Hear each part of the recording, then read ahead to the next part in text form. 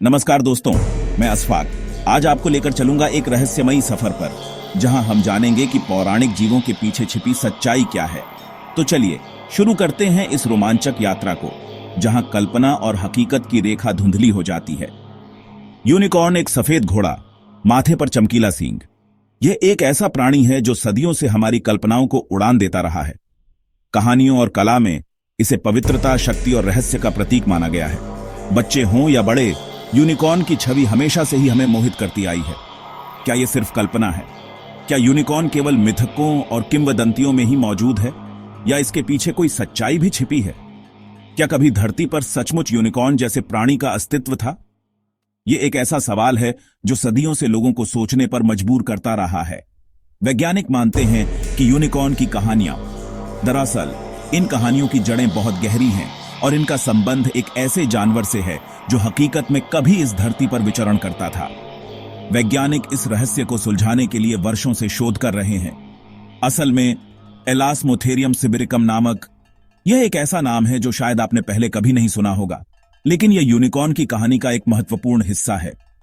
एलास्मोथेरियम सिबिरिकम एक विशालकाय प्राणी था जो आज से लाखों साल पहले पृथ्वी पर रहता था। एक विशालकाय गैंडे से प्रेरित है जो आकार में बहुत बड़ा था और जिसके माथे पर एक लंबा नुकीला सींग होता था। कल्पना कीजिए, एक ऐसा गैंडा जो किसी आधुनिक गैंडे से कहीं ज्यादा विशाल हो, जिसके शरीर पर घने बाल हों और जिसके माथे पर एक भाले की तरह सींग हो, जिसे साइबेरियन यूनिकॉर्न भी कहा जाता है। यह नाम इसलिए पड़ा क्योंकि इसके जीवाश्म ज्यादातर साइबेरिया में पाए गए हैं। साइबेरियन यूनिकॉर्न हालांकि एक गैंडा था, लेकिन उसकी कुछ विशेषताएं उसे आधुनिक यूनिकॉर्न की छवि से जोड़ती हैं। इसके कंकाल साइबेरिया के ठंडे मैदानों में पाए गए हैं, जो इस बात का सबूत है कि यह जानवर कठोर वातावरण में भी जीवित रहने में सक्षम था। साइबेरिया का विशाल और रहस्यमय इलाका इस जानवर के लिए बिल्कुल सही घर था और कजाकिस्तान में मिले हैं, जिससे पता चलता है कि इसका निवास स्थान कितना विस्तृत था। कजाकिस्तान के खुले मैदानों में एलास्मोथेरियम सिबिरिकम हजारों वर्षों तक घूमता रहा और इसका सींग 2 मीटर तक लंबा हो सकता था। सोचिए, इतना लंबा सींग। यह न केवल एक प्रभावशाली हथियार था, बल्कि शायद साथी को आकर्षित करने और दुश्मनों को डराने के लिए भी इस्तेमाल किया जाता था। समय के साथ इसकी छवि एक सुंदर घोड़े में बदल गई। जैसे जैसे कहानियां पीढ़ी दर पीढ़ी आगे बढ़ती गईं, एलास्मोथेरियम सिबिरिकम की छवि में बदलाव आता गया और यह एक सुंदर जादुई घोड़े के रूप में विकसित हो गया। अगली बार यूनिकॉर्न देखें तो याद रखिए, कभी धरती पर एक असली विशाल और ताकतवर यूनिकॉर्न सचमुच घूमता था। तो अगली बार जब आप यूनिकॉर्न के बारे में सोचें तो याद रखें कि यह सिर्फ एक कल्पना नहीं है, बल्कि एक ऐसे जानवर की याद है जो कभी हमारे ग्रह पर राज करता था। यह एक अद्भुत कहानी है जो हमें बताती है कि कैसे वास्तविकता और कल्पना आपस में जुड़ सकते हैं। ड्रैगन हर संस्कृति में एक शक्तिशाली और रहस्यमय प्राणी के रूप में प्रतिष्ठित है। सदियों से ड्रैगन की कहानियां दुनिया भर में सुनाई जाती रही हैं, जो मानव कल्पना को प्रेरित करती हैं और हमें आश्चर्यचकित करती हैं। चाहे वह पूर्व हो या पश्चिम, ड्रैगन की छवि शक्ति, बुद्धि और रहस्य का प्रतीक रही है। एक विशाल आग उगलने वाला सरीसृप, ये विशालकाय जीव अपनी शक्तिशाली दहाड़ और जलती हुई सांसों से नायकों और योद्धाओं के लिए एक दुर्जेय चुनौती पेश करते हैं। उनकी उपस्थिति किंवदंतियों और मिथकों में गहराई से समाई हुई है, जो हमें वीरता और खतरे की कहानियों से जोड़ती है। क्या यह सिर्फ कल्पना थी? क्या ड्रैगन सिर्फ कहानियों और मिथकों में ही मौजूद हैं, या उनके अस्तित्व का कोई वास्तविक आधार है? यह एक ऐसा सवाल है जो सदियों से इतिहासकारों, वैज्ञानिकों और जिज्ञासु दिमागों को उलझाता रहा है।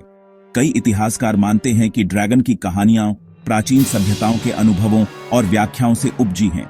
वे सुझाव देते हैं कि इन कहानियों का स्रोत वास्तविक दुनिया में हो सकता है, जो समय के साथ कल्पना और लोक कथाओं से आकार लेते हैं। डायनासोर के जीवाश्मों की खोज से जन्मी विशालकाय हड्डियों और प्राचीन अवशेषों की खोज ने प्रारंभिक मानवों की कल्पना को उत्तेजित किया होगा, जिससे उन्हें इन विशाल प्राणियों के बारे में कहानियां गढ़ने के लिए प्रेरित किया गया। प्राचीन लोगों ने जब विशाल हड्डियां देखीं तो उन्होंने सोचा होगा कि ये किसी अज्ञात शक्तिशाली जीव के अवशेष हैं। इन हड्डियों का आकार और विशालता निश्चित रूप से भय और विस्मय को प्रेरित करती, जिससे ड्रैगन की कहानियों का जन्म होता। तो उनकी कल्पना ने उन्हें ड्रैगन बना दिया। उन्होंने इन हड्डियों को पंखों, तराजू और आग उगलने की क्षमता के साथ एक शानदार प्राणी के रूप में चित्रित किया होगा, जो उनकी दुनिया के रहस्यों और खतरों का प्रतीक है। चीन में डायनासोर की हड्डियों को विशेष रूप से सिचुआन प्रांत जैसे क्षेत्रों में, जहां जीवाश्मों की खोज आम थी, एक विशेष महत्व दिया गया। ड्रैगन की हड्डियां कहा जाता था और माना जाता था कि उनमें जादुई और औषधीय गुण हैं। इन हड्डियों का उपयोग पारंपरिक चीनी चिकित्सा में बीमारियों के इलाज और सौभाग्य लाने के लिए किया जाता था, और इन्हीं से जुड़ी लोक कथाएं बनी। ड्रैगन की हड्डियों की कहानियां पीढ़ी दर पीढ़ी सुनाई जाती रहीं, जिससे ड्रैगन चीनी संस्कृति और पौराणिक कथाओं का एक अभिन्न अंग बन गया। ड्रैगन का मिथक हमें दिखाता है कि कैसे मानव कल्पना, वैज्ञानिक खोजों और सांस्कृतिक मान्यताओं का मिश्रण असाधारण कहानियों को जन्म दे सकता है, कि कैसे इंसानी कल्पना और प्रकृति के रहस्य मिलकर अद्भुत कहानियां गढ़ते हैं। यह हमें याद दिलाता है कि हमारी कल्पना की कोई सीमा नहीं है और हम हमेशा अपने आसपास की दुनिया में प्रेरणा और आश्चर्य पा सकते हैं। गरुड़ भारतीय पौराणिक कथाओं में पक्षियों का राजा, एक ऐसा प्राणी जो शक्ति, वीरता और देवत्व का प्रतीक है। इसकी छवि सदियों से हमारी संस्कृति और कला में रची बसी है। गरुड़ सिर्फ एक मिथक नहीं है, यह हमारी कल्पना का एक शक्तिशाली विस्तार है, जो हमें आकाश की ऊंचाइयों और असीम संभावनाओं की ओर ले जाता है। भगवान विष्णु का वाहन गरुड़ विष्णु जी का वाहन होने के कारण सुरक्षा और भक्ति का भी प्रतीक है। यह माना जाता है कि गरुड़ अपने भक्तों को सभी प्रकार के संकटों से बचाता है और उन्हें आध्यात्मिक मार्ग पर आगे बढ़ने में मदद करता है। गरुड़ और विष्णु का यह अटूट संबंध ब्रह्मांडीय व्यवस्था और संतुलन का प्रतिनिधित्व करता है। क्या ऐसा विशाल पक्षी सच में था? क्या गरुड़ सिर्फ एक कल्पना है या इसका कोई वास्तविक आधार भी है? क्या कभी कोई ऐसा पक्षी अस्तित्व में था जो इतना विशाल और शक्तिशाली हो कि वह देवताओं का वाहन बन सके? यह एक ऐसा प्रश्न है जो सदियों से इतिहासकारों, वैज्ञानिकों और जिज्ञासु मन वाले लोगों को आकर्षित करता रहा है। वैज्ञानिकों ने आर्जेंटाविस नामक एक विशाल उड़ने वाले पक्षी के जीवाश्म खोजे हैं, जो लाखों साल पहले पृथ्वी पर राज करते थे। इन जीवाश्मों ने हमें यह सोचने पर मजबूर कर दिया है कि क्या गरुड़ की कहानियों का संबंध कभी अस्तित्व में रहे इन विशालकाय पक्षियों से तो नहीं है, जिसका पंखों का फैलाव 7 मीटर तक था। कल्पना कीजिए, एक ऐसा पक्षी जिसके पंख एक छोटे विमान के बराबर हों। आर्जेंटाविस निश्चित रूप से आकाश का एक अद्भुत प्राणी रहा होगा।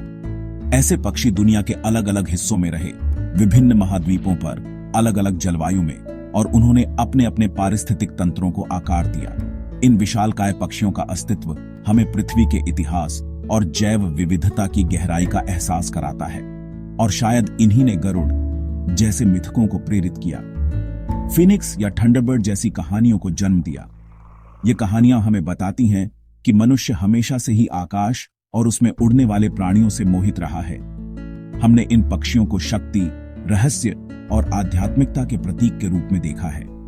गरुड़ का मिथक हमें बताता है कि प्रकृति की असाधारण रचनाएं हमारी कल्पना को देवत्व तक पहुंचा सकती हैं। यह हमें याद दिलाता है कि वास्तविकता अक्सर कल्पना से भी अधिक अद्भुत होती है, और हमें अपने आसपास की दुनिया में छिपे रहस्यों को खोजने के लिए हमेशा उत्सुक रहना चाहिए। यति हिमालय का रहस्यमयी हिममानव, क्या यह सिर्फ एक लोक कथा है? वैज्ञानिक मानते हैं कि यति के पीछे असल में हिमालयी भूरा भालू या तिब्बती नीला भालू हो सकता है, जिनके पैरों के निशान इंसान जैसे लगते हैं। डीएनए स्टडी में यति के अवशेष असल में भालू या कुत्ते के निकले। यति का मिथक हमें सिखाता है कि अनजाने रहस्य और हमारी कल्पना मिलकर पहाड़ों को और भी रहस्यमयी बना देते हैं। सायरन, ग्रीक कथाओं की खतरनाक, मनमोहक गायिकाएं, क्या इनके पीछे कोई असली जीव था? विशेषज्ञ मानते हैं कि सायरन की कहानियां मैनाटी या डुगोंग नामक समुद्री गायों को देखकर बनी, जिन्हें थके हुए नाविकों ने दूर से औरत जैसा समझ लिया। इन जीवों की आवाजें और हरकतें समुद्र के अकेलेपन में अलौकिक लग सकती थीं। सायरन का मिथक दिखाता है कि इंसानी दिमाग, डर और कल्पना मिलकर साधारण जीवों को भी रहस्यमयी बना सकते हैं। तो दोस्तों, आज आपने जाना कि यूनिकॉर्न, ड्रैगन, गरुड़, यति और सायरन जैसे पौराणिक जीव असल में हमारी कल्पना और असली जीवों के मेल से बने हैं। अगर आपको यह वीडियो पसंद आया हो तो लाइक, सब्सक्राइब और कमेंट जरूर करें, और बताइए आपको कौन सा पौराणिक जीव सबसे दिलचस्प